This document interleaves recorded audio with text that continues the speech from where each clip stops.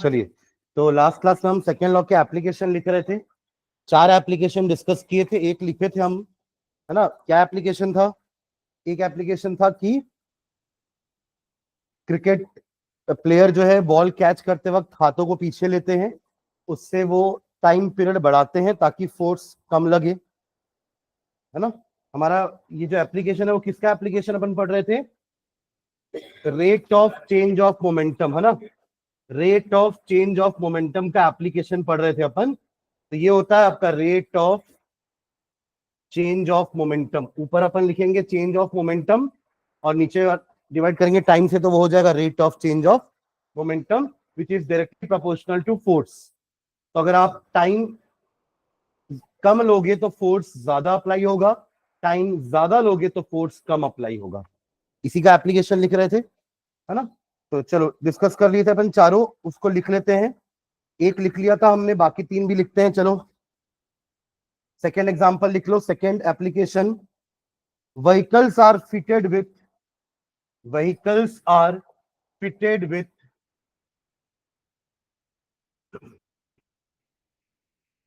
vehicles are fitted with shockers। ये application है second law का, बोल सकते हैं ना, rate of change of momentum का। हेडिंग यही डाले थे ना? हेडिंग क्या डाले थे? Some applications of rate of change of momentum. हाँ, तो पहला अपन लिखे थे कि a cricket player lowers his hands while catching a ball, है ना। उसका रीजन अपन लिख लिए थे। सेकेंड लिखेंगे vehicles are fitted with shockers, है ना। इसमें लिखो हाइफन डाल के, this is because this is because this is because the shockers this is because the shockers this is because the shockers increases the time of transmission the shockers increases the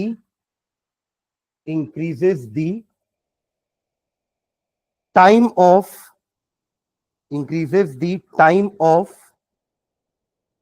transmission of force time of transmission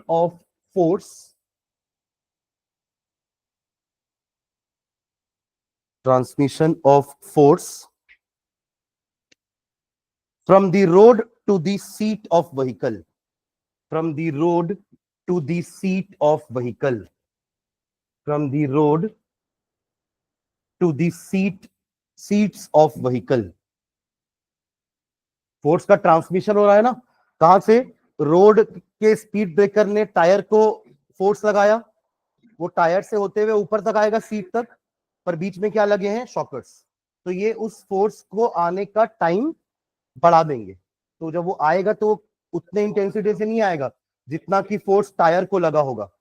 कुछ force आप समझ सकते हैं कि आपके shockers ने absorb कर लिया, ठीक है। तो it increases the time of transmission of force from the roads to the seats of vehicle, full stop. Because of this less force is experienced, because of this less force is experienced, because of this less force is experienced by the passengers,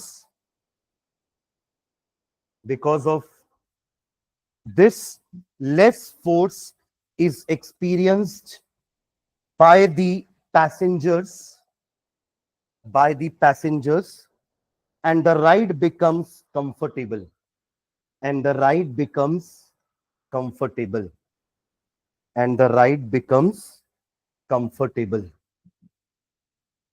and the ride becomes comfortable। हाँ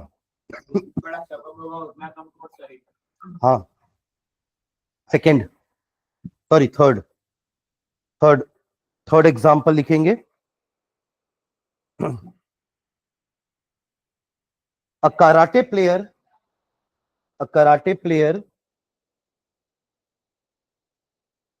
while breaking a pile of bricks, a karate player,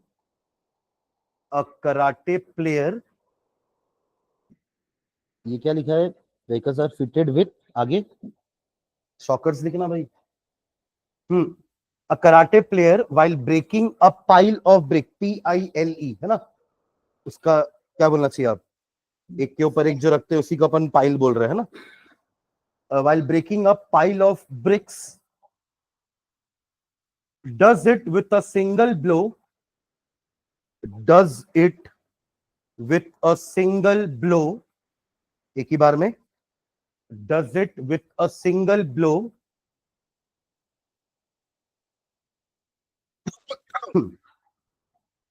Does it with a single blow very fastly. Very fastly. Very fastly. Does it with a single blow very fastly. Full stop. By doing this,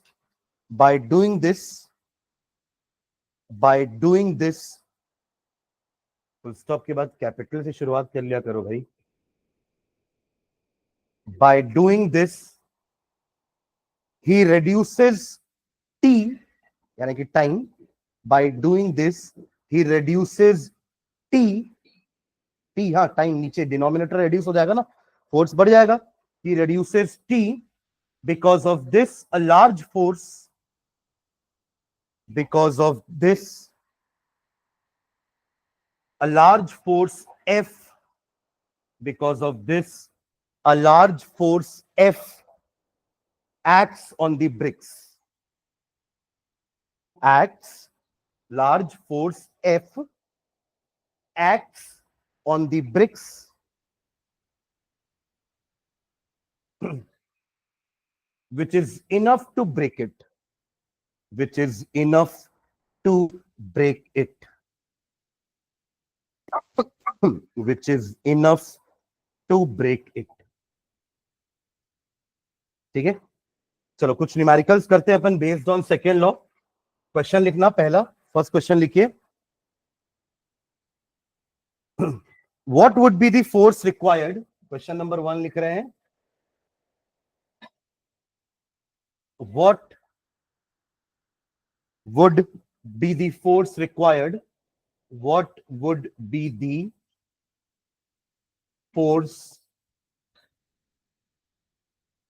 required to produce an acceleration of,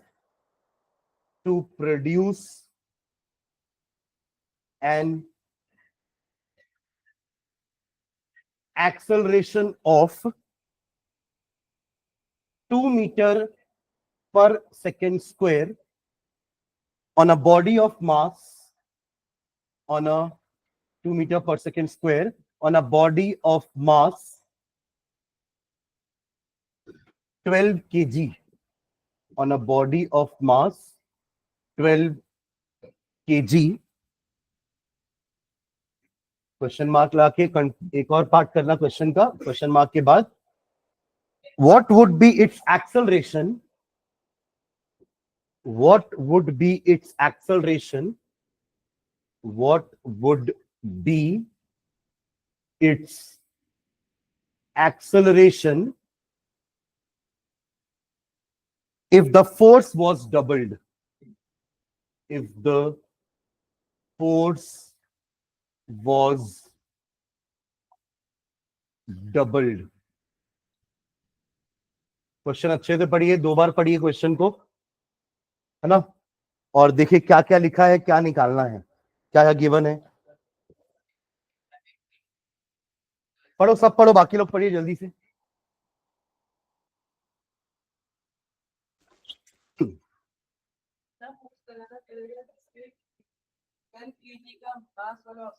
हाँ, 2 metre पर second square की acceleration की. हाँ, मतलब एक body है of mass 12 kg, है ना, समझ लो ये आपका बॉडी है मास ऑफ 12 kg. 12 kg. आप यहां से लगा रहे हो फोर्स F, तो ये बॉडी मूव होनी चाहिए with an acceleration of 2 metre पर सेकेंड स्क्वायर. तो क्या फोर्स लगाना पड़ेगा? हमारा फॉर्मूला क्या होता है, अपन ने क्या फॉर्मूला डिराइव किया था लास्ट क्लास में, F is equals to m into A, F is equals to, simple formula based. तो मास कितना है 12, और दोनों का यूनिट सही है ना, दोनों ऐसा यूनिट में है तो कोई दिक्कत नहीं है। हाँ ये ग्राम में होता तो आपको केजी में कन्वर्ट करना पड़ता, सुन रहे हो क्या? तो 12 into 2 that is 24 unit, KG metre पर सेकेंड स्क्वायर, उसको क्या बोलते हैं? न्यूटन। क्या बोलते हैं? न्यूटन। केजी मीटर पर second square is newton. Advita, KG per metre square is, KG metre पर सेकेंड स्क्वायर इज न्यूटन। ठीक है, आगे बढ़े, दूसरा पार्ट पढ़ो। ये फर्स्ट पार्ट का आंसर आ गया, ठीक है। सेकेंड पार्ट पढ़ो, क्या बोल रहा है? उसी बॉडी में अगर आपने अब फोर्स डबल कर दिया तो एक्सेलरेशन क्या होगा? मतलब अभी भी सेम बॉडी है, सुन रहे हो? अरे केस नंबर 2 समझ में आ रहा है?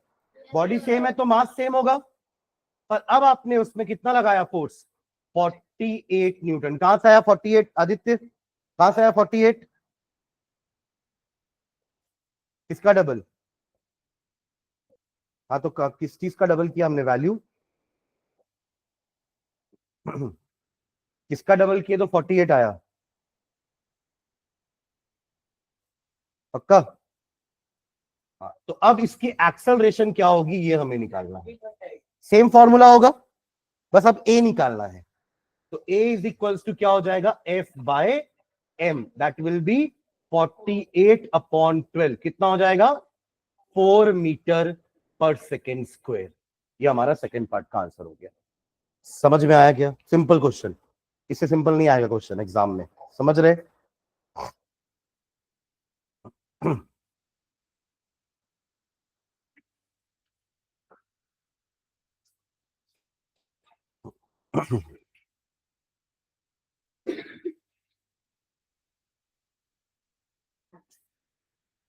डन।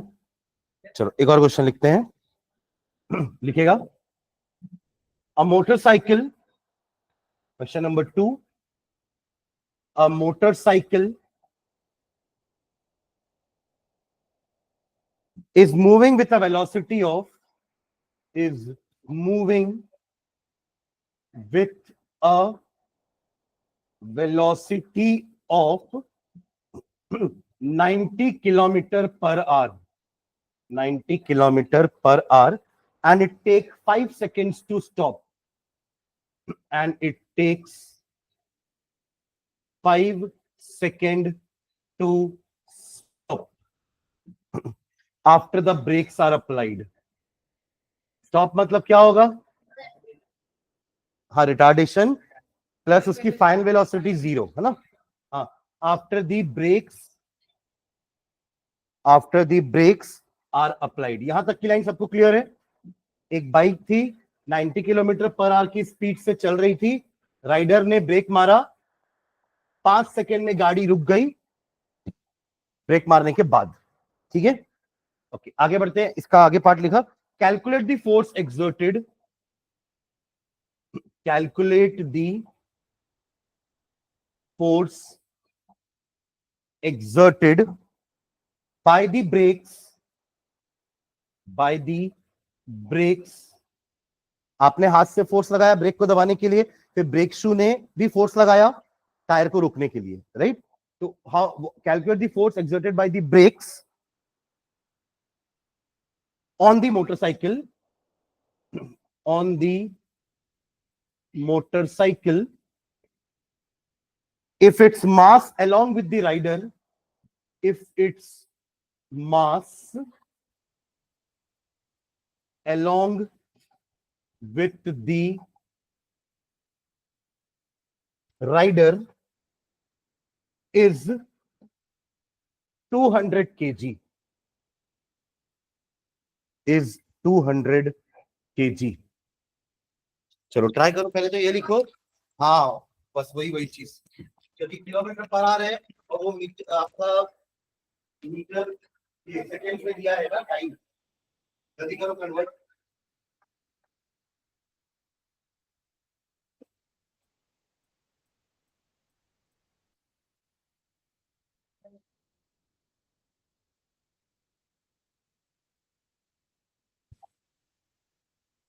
मीटर पर सेकंड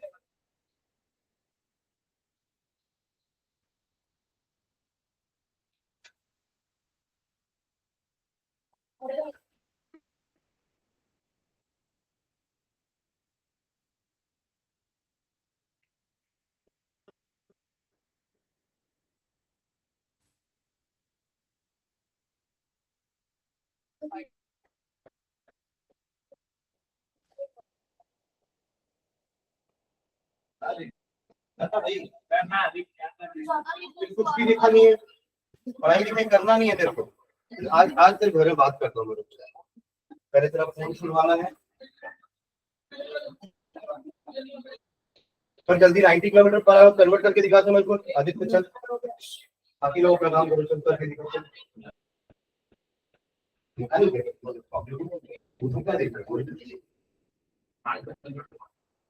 मुझे नहीं पता करो तू कन्वर्ट होगा, मास यहाँ कन्वर्ट किया रहेगा, पहले वाले ने केजी में, जब केजी में रखे देगा अभी तो करेंगे हम। 25 आगे करो जल्दी।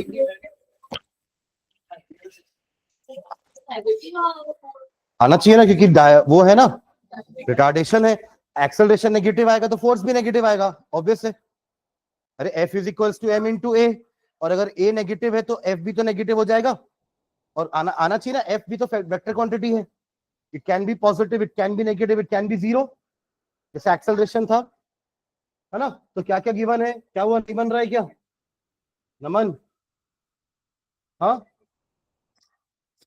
चलो यहां ध्यान दे, क्या दिया हुआ है देखो। इनिशियल वेलोसिटी u दी हुई है 90 किलोमीटर पर आवर, ठीक है। इधर ध्यान देना, बाद में लिखना। 5 सेकेंड लगे गाड़ी को रोकने में, तो यानी कि v जीरो, ठीक है। रुकने के बाद तो वेलोसिटी जीरो हो जाएगी ना, ठीक है। तो ये 3 डेटा हमको दिया हुआ है। मास दिया हुआ है कितना, 200 kg। सबसे पहले अपन इसको कन्वर्ट करेंगे मीटर पर सेकेंड में, क्योंकि ये सेकेंड है और ये भी केजी है, ये सब ऐसा यूनिट है। Kilometre per hour is not the ऐसा यूनिट ऑफ स्पीड, मीटर पर सेकेंड इज द ऐसा यूनिट ऑफ स्पीड। तो इसको अपन कन्वर्ट करेंगे, करेंगे 90 इंटू 5/18 कर देंगे। तो 18 5 90 होता है, 25 मीटर पर सेकेंड है। सबसे इंपॉर्टेंट स्टेप यही है, क्योंकि यही गलत करोगे तो आगे कुछ कितना भी कुछ करते रहो, सब गलत ही आने वाला है। समझ रहे हैं क्या? ध्यान दो। डन यहां तक। अब सबसे पहला काम है हमें एक्सेलरेशन निकालना, क्योंकि फोर्स क्या होता है आपको निकालने, तो फोर्स बोला है, बट फोर्स क्या होता है, m इंटू ए। मास तो है बट ए नहीं है ना, तो ए आप निकाल सकते हो फर्स्ट इक्वेशन से। फर्स्ट इक्वेशन से, थर्ड से भी निकाला जा सकता था, बट थर्ड के लिए हमारे पास डिस्टेंस नहीं है ना। थर्ड इक्वेशन में तो एस भी आता है, बट पहला इक्वेशन में एस नहीं आता। क्या equation first Advita? First equation क्या है? हाँ, v is equals to u plus AT. v is equals to u plus AT. v पता है, u पता है, t पता है, तो a निकल जाएगा। तो a will be equal to v minus u by टी। तो v कितना है 0, u कितना है 25, t कितना है 5, कितना आया -5 यूनिट मीटर पर सेकेंड स्क्वायर, क्योंकि आप एक्सेलरेशन निकाल रहे हो। बस अब मास इंटू एक्सेलरेशन कर दो, आ जाएगा फोर्स। तो force will be equal to mass into acceleration. What is mass? 200 kg। What is acceleration? -5, कितना आ जाएगा -1000 न्यूटन। ये हमारा आंसर। कोई डाउट? हाँ चलेगा, वही तो है ना, उसी के तो अपन एमए लेके आए थे, ठीक है। कोई डाउट किसी को यहां पर? प्रेमवदा, आदित्य, आइली, इधर साक्षी एंड अवनिका, कोई डाउट? सुन रहे हो आप दोनों, Avanika and Sakshi? Yes sir. समझ में आया? ठीक है, तो ये फोर्स नेगेटिव आया है, आना भी चाहिए, कि ये फोर्स रोक रहा है। ये फोर्स अगर स्पीड बढ़ा रहा होता गाड़ी की, तो ये फोर्स पॉजिटिव आता। ठीक है, तो फोर्स तो लग रहा है, पर आपको बताना जरूरी है कि ये फोर्स गाड़ी की स्पीड को बढ़ा रहा है कि गाड़ी की स्पीड को कम कर रहा है। जैसे एक्सेलरेशन भी आप पॉजिटिव नेगेटिव बोलते हो। पॉजिटिव एक्सेलरेशन अगर गाड़ी की स्पीड टाइम के साथ बढ़ रही है, और नेगेटिव एक्सेलरेशन अगर गाड़ी की स्पीड टाइम के साथ घट रही है, तो दोनों में एक्सेलरेशन तो आएगा, पर आपको पॉजिटिव नेगेटिव से तो पता चलेगा कि टाइम के साथ स्पीड बढ़ रही है कि कम हो रही है, टाइम के साथ गाड़ी रुक रही है कि और तेज हो रही है। तो नेगेटिव आ गया मतलब समझ जाएंगे गाड़ी रुक रही है, एक तरह का रेजिस्टिव फोर्स है जो उसको रोक रहा है। Am I clear? तो नीचे नेगेटिव लाइन, नेगेटिव साइन के लिए एक लाइन लिखो, नीचे लिखना, नीचे the brakes, therefore the brakes apply a, therefore the brakes, therefore the brakes apply a retarding force of, therefore the brakes apply a retarding force of 1000 Newton on vehicle. अब यहां minus मत लिखना, सुन रहे हो, क्योंकि आपने रिटार्डिंग फोर्स तो लिख दिया ना। तो जैसे अपन बोलते थे ना, एक्सेलरेशन नेगेटिव लिखते थे, बट अगर रिटार्डेशन लिखोगे तो पॉजिटिव लिखेंगे, क्योंकि रिटार्डेशन अपने आप में बोल रहा है कि मैं नेगेटिव एक्सेलरेशन हूं। तो फिर retardation is equals to minus लिखने का जरूरत नहीं है। अगर आप एक्सेलरेशन लिख रहे हो तो एक्सेलरेशन इज इक्वल्स टू -5, पर रिटार्डेशन क्या है? 5। रिटार्डेशन कितना है? 5। Acceleration is -5, retardation is 5। Am I clear? ठीक है, चलो एक और क्वेश्चन लिखो। Question number 3। क्वेश्चन नंबर 3 क्या हो गया? तो कॉपी दूं तो फिर, a cricket ball of mass, a cricket ball of mass 70 gram moving with a velocity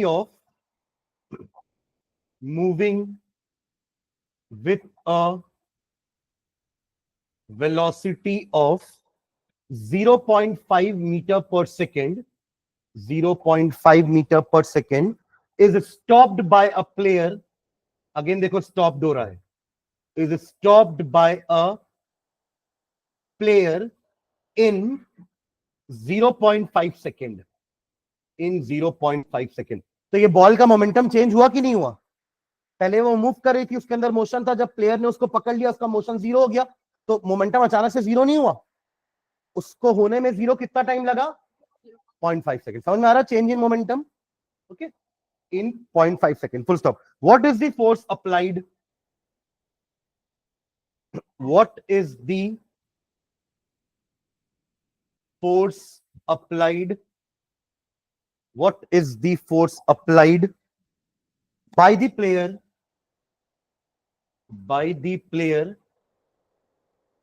What is the force applied by the player to stop the ball? To stop the ball, assuming force to be constant. Assuming force to be constant. चलिए, ये और पिछले वाला question exactly एक जैसे ही है, सुन रहे हो क्या? बस फर्क कितना है, वहां पे व्हीकल थी, यहां बॉल है ना। उसका मास, क्योंकि व्हीकल है तो मास ज्यादा होगा ना, तो उसका मास 200 किलो था, ये छोटी सी बॉल है तो उसका मास 70 ग्राम है। वो व्हीकल थी तो वो 90 किलोमीटर पर आवर की स्पीड से चल रही थी, ये बॉल है तो 0.5 थोड़ा कम स्पीड से चल रही होगी, है ना। वहां आपने ब्रेक मार के गाड़ी को रोका था, यहाँ पे बॉलर ने, एक प्लेयर ने पकड़ के उसको रोका है। पूरा सेम क्वेश्चन है, तो सेम काम भी होगा पूरा। सब करो, अब मुझे नहीं पता क्या कन्वर्ट होगा क्या नहीं होगा, हर बार थोड़ा बताऊंगा क्या करेंगे कन्वर्ट क्या नहीं करेंगे, जिसको जैसा दिमाग में लग रहा है करो। 2 क्वेश्चन कर लिए अपन, किसमें क्या कन्वर्ट किया आप लोग देख लो, चलो ट्राई करो जल्दी से। सेम है, ये बनना चाहिए ना मन।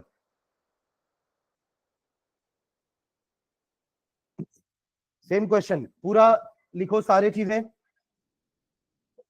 मास दिया हुआ है 70 ग्राम, बॉल की इनिशियल वेलोसिटी है 0.5 मीटर पर सेकेंड, और टाइम लगा है 0.5 सेकेंड, और उसमें वेलोसिटी हो गई है 0। तो पहले एक्सेलरेशन निकालो, और फिर फोर्स निकालो, जैसे पिछले क्वेश्चन में किए हैं। एग्जैक्टली दी सेम, बस वैल्यूज चेंज हुई हैं, कहानी चेंज हो गई है बस। मुझे नहीं पता, ऐसा थोड़ा लिखा रहेगा भाई क्वेश्चन में कन्वर्ट करना है कि नहीं करना है। आपको समझना है ना भाई कि सब ऐसा यूनिट में है कि नहीं।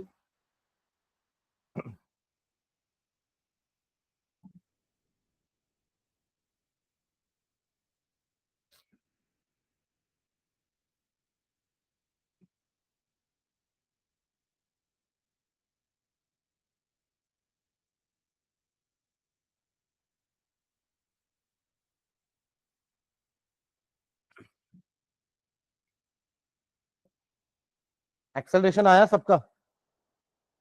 कितना आ रहा है एक्सेलरेशन?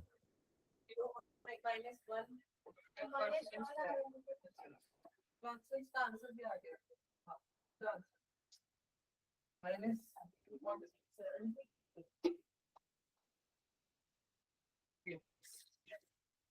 आया एक्सेलरेशन सबका -1 आ रहा है।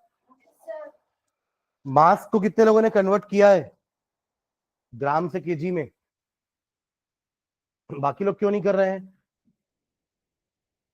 इसके पहले दोनों क्वेश्चन में केजी में था तो कन्वर्ट किए थे क्या ग्राम में? तो अभी ग्राम को केजी में करना पड़ेगा ना भाई। ऐसा unit of mass is KG. Convert करो। एक्सेलरेशन तो आ जाएगा -1, है ना। एक्सेलरेशन क्या हो जाएगा? v माइनस यू बाई टी, 0 माइनस 0.5 अपॉन 0.5, तो -0.5 upon 0.5 is equals to -1 metre पर सेकेंड स्क्वायर। यहां तक ठीक है। और यहीं पे मास को आप कन्वर्ट कर देना। कैसे कन्वर्ट करोगे? डिवाइडेड बाय 1000, एक एक जीरो कैंसिल, कितना आएगा? 0.07 kg। बस अब तो मल्टीप्लाई करना है, वही 1 से मल्टीप्लाई करना है। इससे इजी क्या मल्टीप्लीकेशन आएगा? तो force is equals to m into A, 0.07 into -1, that will be -0.07 newton. इतना फोर्स अप्लाई हुआ है। फोर्स कितना अप्लाई किया प्लेयर ने? 0.07 न्यूटन। पर क्योंकि वो रेजिस्टिव काइंड का है इसलिए नेगेटिव साइन लगा दिया हमने। फोर्स कभी नेगेटिव थोड़ी ना हो सकता है। फोर्स तो एक वैल्यू होगा, बस वो बता रहा है कि ये फोर्स ने किसी चीज को रोका है, बस दैट्स इट। किसी ने आपसे पूछा बताओ तो उस प्लेयर ने कितना फोर्स लगाया, तो आप -0.07 नहीं बोलोगे, 0.07 बोलोगे। उसने लगाया तो उतना ही फोर्स है, बस उससे ये है कि बॉल रुकी है। ठीक है, चलो डन। ये वाला क्वेश्चन हो गया। चलो एक और क्वेश्चन लिखो।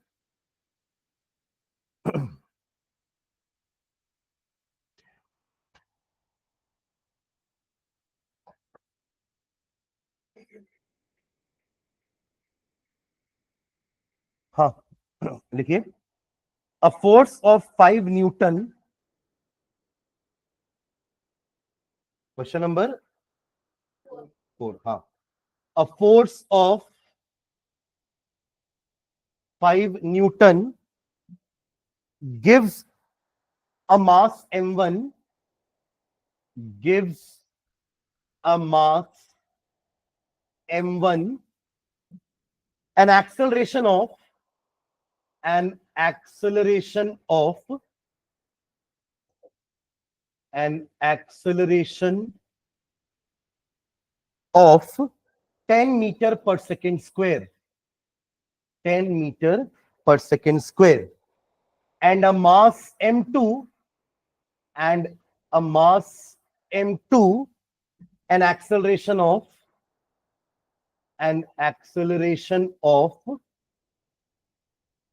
20 मीटर पर सेकेंड स्क्वायर। इस लाइन का कोई मीनिंग बताए मेरे को।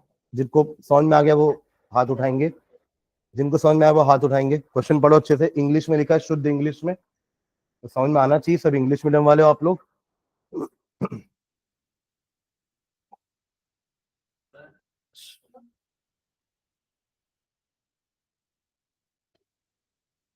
अद्विता समझाओ तो,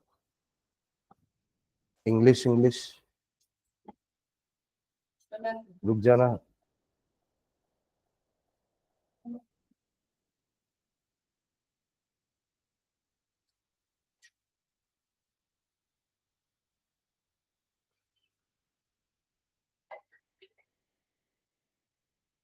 बता रहे हो क्या?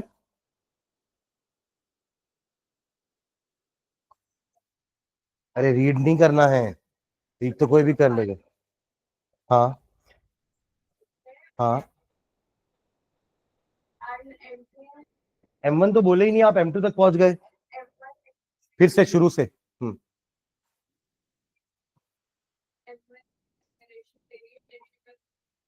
ठीक है, हाँ सेम फोर्स है ना, हमने सेम फोर्स एक M1 मास में लगाया, तो उसका एक्सेलरेशन कितना हुआ? 10 मीटर पर सेकेंड स्क्वायर का। और जब हमने सेम फोर्स किसमें लगाया? M2 kg में, kg हो सकता है उसका यूनिट, तो उसका कितना हुआ? 20 मीटर पर सेकेंड स्क्वायर का एक्सेलरेशन हुआ। ये समझ गए? Full stop. क्वेश्चन लिखो, what acceleration, what acceleration, what acceleration would it give, would it give if both the masses, if both the masses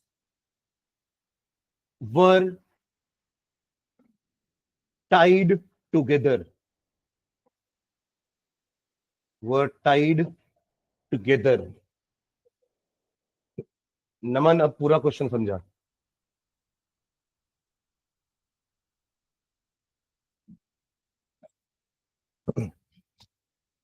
पहली लाइन तो समझ में आ गई थी ना तुझे भी, अब दूसरी लाइन भी पढ़ के पूरा क्वेश्चन समझा एक बार में।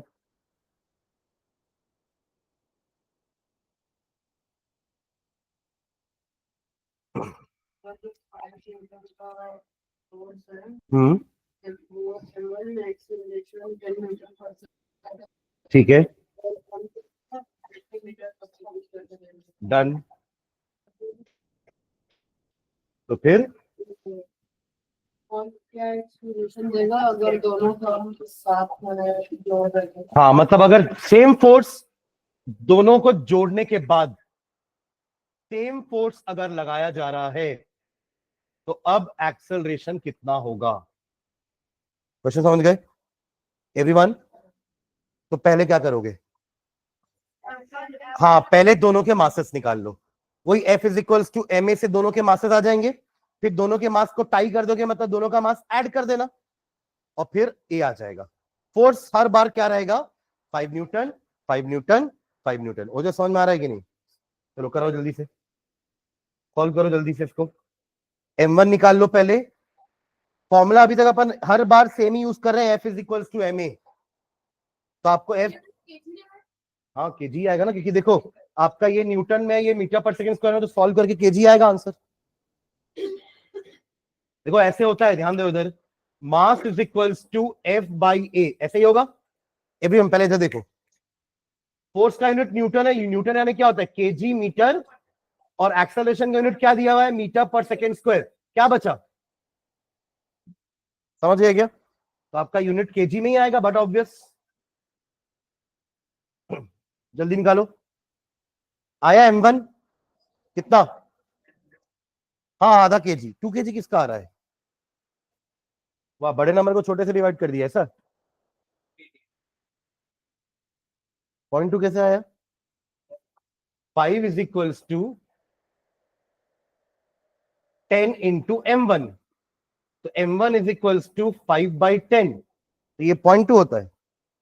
तो फिर 0.5 उल्टा भी करेगा तो 2 आएगा, 0.2 कैसे आएगा? कुछ भी करना है बस। सेकेंड निकालने के लिए 5 is equals to 20 M1, sorry M2,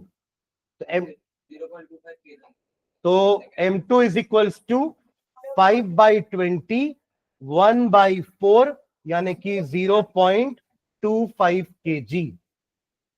कोई डाउट यहां तक किसी को? ये दोनों निकालने के लिए बोला नहीं है, बट निकालना पड़ेगा, तभी आप निकाल पाओगे कि दोनों को टाई करने के बाद दोनों का मास ऐड हो जाएगा, यस और नो? तो F is equals to M1 plus M2 into A, yes और नो? यहां क्या लिखूं?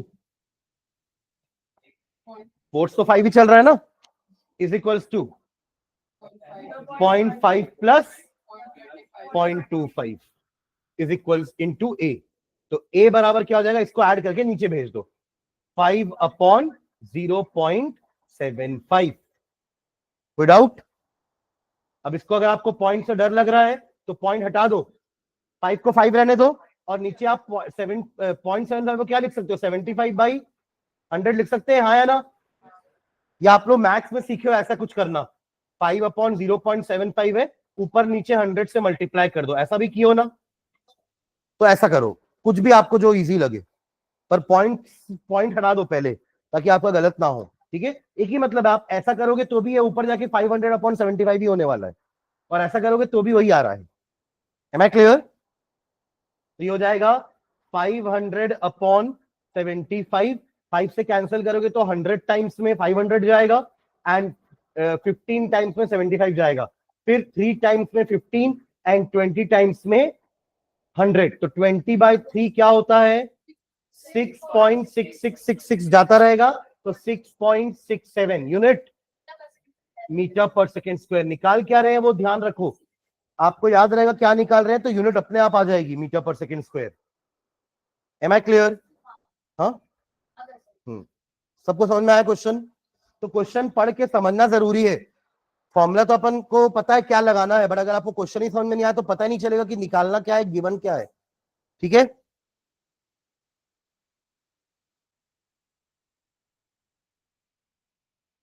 और ये डायग्राम बना दोगे तो और अच्छे दिखेगा चेकर को, जो चेक कर रहा होगा उसको समझ में आएगा कि आपको क्वेश्चन समझ में आया है। यही से समझ में आ रहा है ना कि आपने 5 न्यूटन फोर्स लगाया M1 पे, तो उसका एक्सेलरेशन इतना मिला, सेम फोर्स M2 पे लगाने पे इतना मिला, तो ये निकालने का है अपने को, बस समझ रहे हैं क्या? यही तो है गिवन आपका, ये गिवन है, ये निकालना है, डायग्राम बता रहा है यही चीज, ठीक है?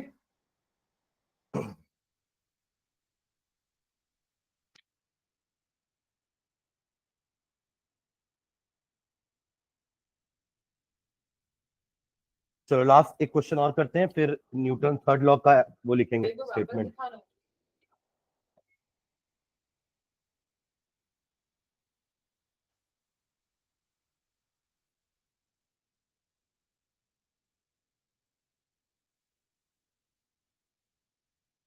बढ़े आगे? चलो लिखो।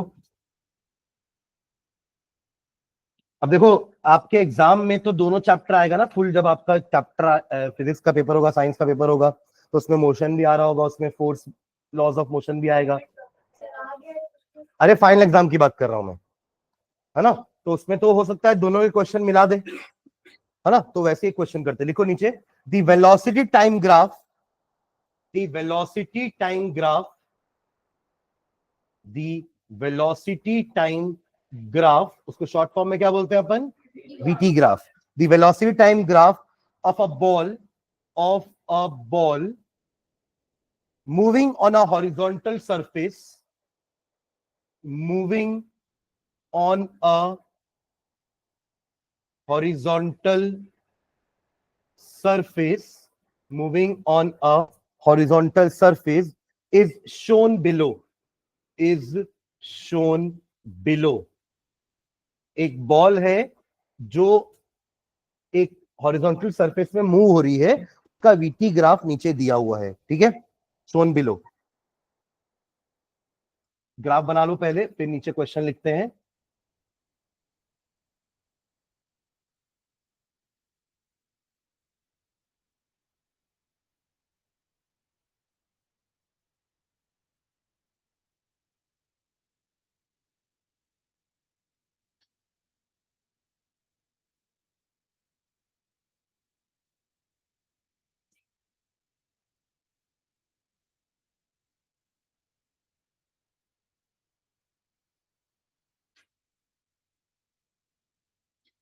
ग्राफ के बाद नीचे लिख लेना, the mass of the ball is 30 gram, the mass of the ball is 30 gram, calculate the force acting on the ball.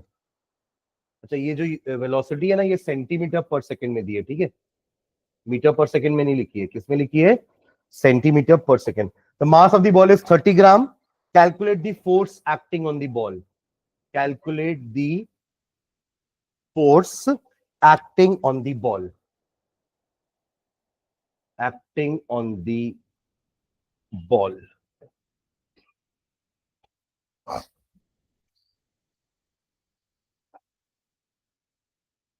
ठीक है, तो ये वीटी ग्राफ से आप क्या करोगे तो एक्सेलरेशन निकल जाएगा, स्लोप। वेरी गुड, यही चीज क्वेश्चन आएगा, क्योंकि इसमें क्या है ना, इस क्वेश्चन में दोनों चीजें हो जा रही हैं।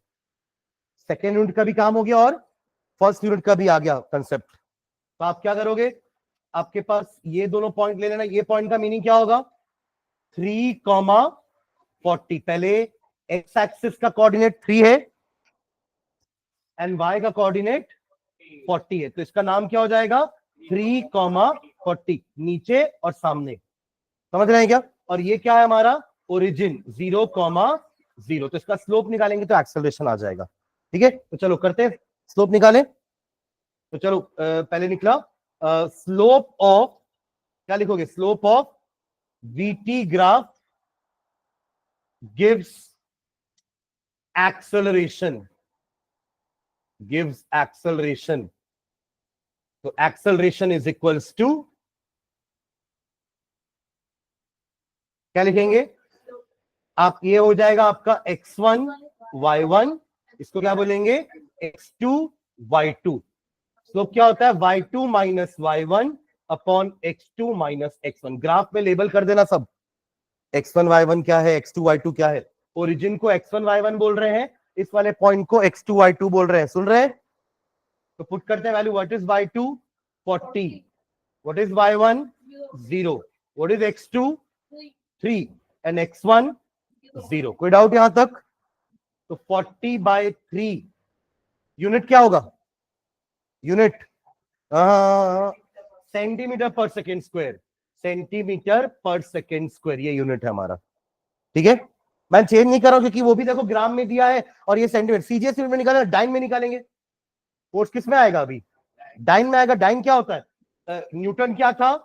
केजी मीटर पर सेकेंड स्क्वायर। और डाइन क्या था? ग्राम सेंटीमीटर पर सेकेंड स्क्वायर। और दोनों में रिलेशनशिप क्या था? 1 newton is equals to 10⁵ dyne. 10⁵ dyne. तो आंसर डाइन में आ जाएगा, कोई दिक्कत नहीं है। देखो अलग अलग सिस्टम में यूनिट नहीं होनी चाहिए, ये क्वेश्चन, ये आपका वो है, समझ रहे हैं क्या? अब इसके पहले क्या था कि आपका मास ग्राम में दिया था और एक्सेलरेशन मीटर पर सेकेंड स्क्वायर में थी, तो ये गड़बड़ है, ये मिसमैच हो गया। हाँ, या तो आप ग्राम को केजी में करो, या तो उस मीटर पर सेकेंड स्क्वायर को सेंटीमीटर पर सेकेंड स्क्वायर में करो, तभी आपका आंसर या तो न्यूटन में आएगा या तो डाइन में आएगा। पर हम जनरली हर बार ऐसा यूनिट में ही काम करते हैं। ठीक है, चलो कोई बात नहीं, यहाँ पे अपन डाइन सेंटीमीटर डाइन में ले आते हैं। आपका ये आ गया acceleration. Now what is force? F is equal, यहाँ पे अब मास को ग्राम से केजी में कन्वर्ट करने की जरूरत नहीं है, ये अपना सीजीएस यूनिट में ही चला रहे हैं अपन। ठीक है, कितना है? 30 इंटू 40/3, 10 और ये कैंसिल, कितना आया? 400 डाइन। 400 डाइन आपका फोर्स आ गया। समझ में आया? ग्राम सेंटीमीटर पर सेकेंड, हाँ लिख सकते हैं, पर वो दे दिया गया ना यूनिट, उसको नाम ही दे दिए हैं, इसलिए अपन हर बार अभी न्यूटन लिख रहे थे, कहीं लिखे या केजी मीटर पर सेकेंड स्क्वायर, उसको तो नाम ही दे दिया ना। पर हाँ, आपको मीनिंग पता होना चाहिए। सुन रहे हो? केजी मीटर पर सेकेंड स्क्वायर का मतलब न्यूटन का मीनिंग पता होना चाहिए कि न्यूटन का मतलब केजी मीटर पर सेकेंड स्क्वायर होता है, तभी तो अपन डेफिनेशन लिख पाते हैं ना कि 1 किलो मास को अगर 1 मीटर पर सेकेंड स्क्वायर का एक्सेलरेशन देना है तो 1 न्यूटन फोर्स अप्लाई करना पड़ेगा। यही डेफिनेशन थी, कल लिखे थे अपन। 1 newton is the force applied on a mass of 1 kg to accelerate it by 1 metre पर सेकेंड स्क्वायर। अब देखो 1 न्यूटन होता है 10⁵ डाइन, है ना? तो एक डाइन बराबर हो जाएगा 1/10⁵ न्यूटन। तो आप यहां पे डाइन की जगह 400 तो रहने दो वैसे ही, 1/10⁵ न्यूटन। अब ये सॉल्व करोगे तो 2 0 कैंसिल हो जाएगा, कितना आएगा? 4/10⁻³ 0.004 न्यूटन। ठीक है, 0.004 न्यूटन, दोनों चलेगा। ठीक है, either you represent your answer in dyne और इन न्यूटन। समझ में आया क्या? ठीक है, चलो, तो ये हमारा सेकेंड लॉ हुआ, उसके क्वेश्चंस हो गए। हेड डालेंगे next, Newton's third law of motion. Newton's third law of motion, last law है ये हमारा, है ना। पहले लॉ के लिए अपन इनर्शिया पढ़े थे, सेकेंड लॉ के लिए अपन क्या पढ़े? मोमेंटम। क्या पढ़े? मोमेंटम। उसके बाद ही सेकेंड लॉ लिख पाए अपन। थर्ड पढ़ने वाले हैं third law of motion, Newton's third law of motion. हाँ, नॉर्मल फोर्स तो वही है जो अपन पढ़े, जो नीचे से लग रहा है। हाँ, लिखो इसका स्टेटमेंट लिखो। Newton's third law states that, Newton's third law states that, Newton's third law states that, Newton's third law states that, inverted comma के अंदर लिखना, to each and every action, to each and every action, comma, there is equal and opposite reaction. To each and every action, there is equal and opposite reaction. Action वो होगा जो force आप apply कर रहे हो। सुन रहे हो? जैसे हम अगर यहाँ पे बैठे हैं या मैं यहाँ पे खड़ा हूं, तो मैं एक फोर्स अप्लाई कर रहा हूं on the ground, that is action. बदले में उतना ही फोर्स ग्राउंड भी अप्लाई कर रहा है ऊपर, दैट इज रिएक्शन। तो एक्शन रिएक्शन जो है एक ही बॉडी पर, मतलब एक ही लोग नहीं लगा रहे हैं ना, अलग अलग लग रहा है बॉडी, है ना। तो to each and every action there is equal and opposite reaction. ठीक है, चलो इसको अपन और दिस टाइम नेक्स्ट क्लास में करेंगे। ठीक है, चलो नेक्स्ट क्लास में अपन ये चैप्टर खत्म करेंगे ना। ये स्कूल में हो गया आप लोग का चैप्टर? हाँ,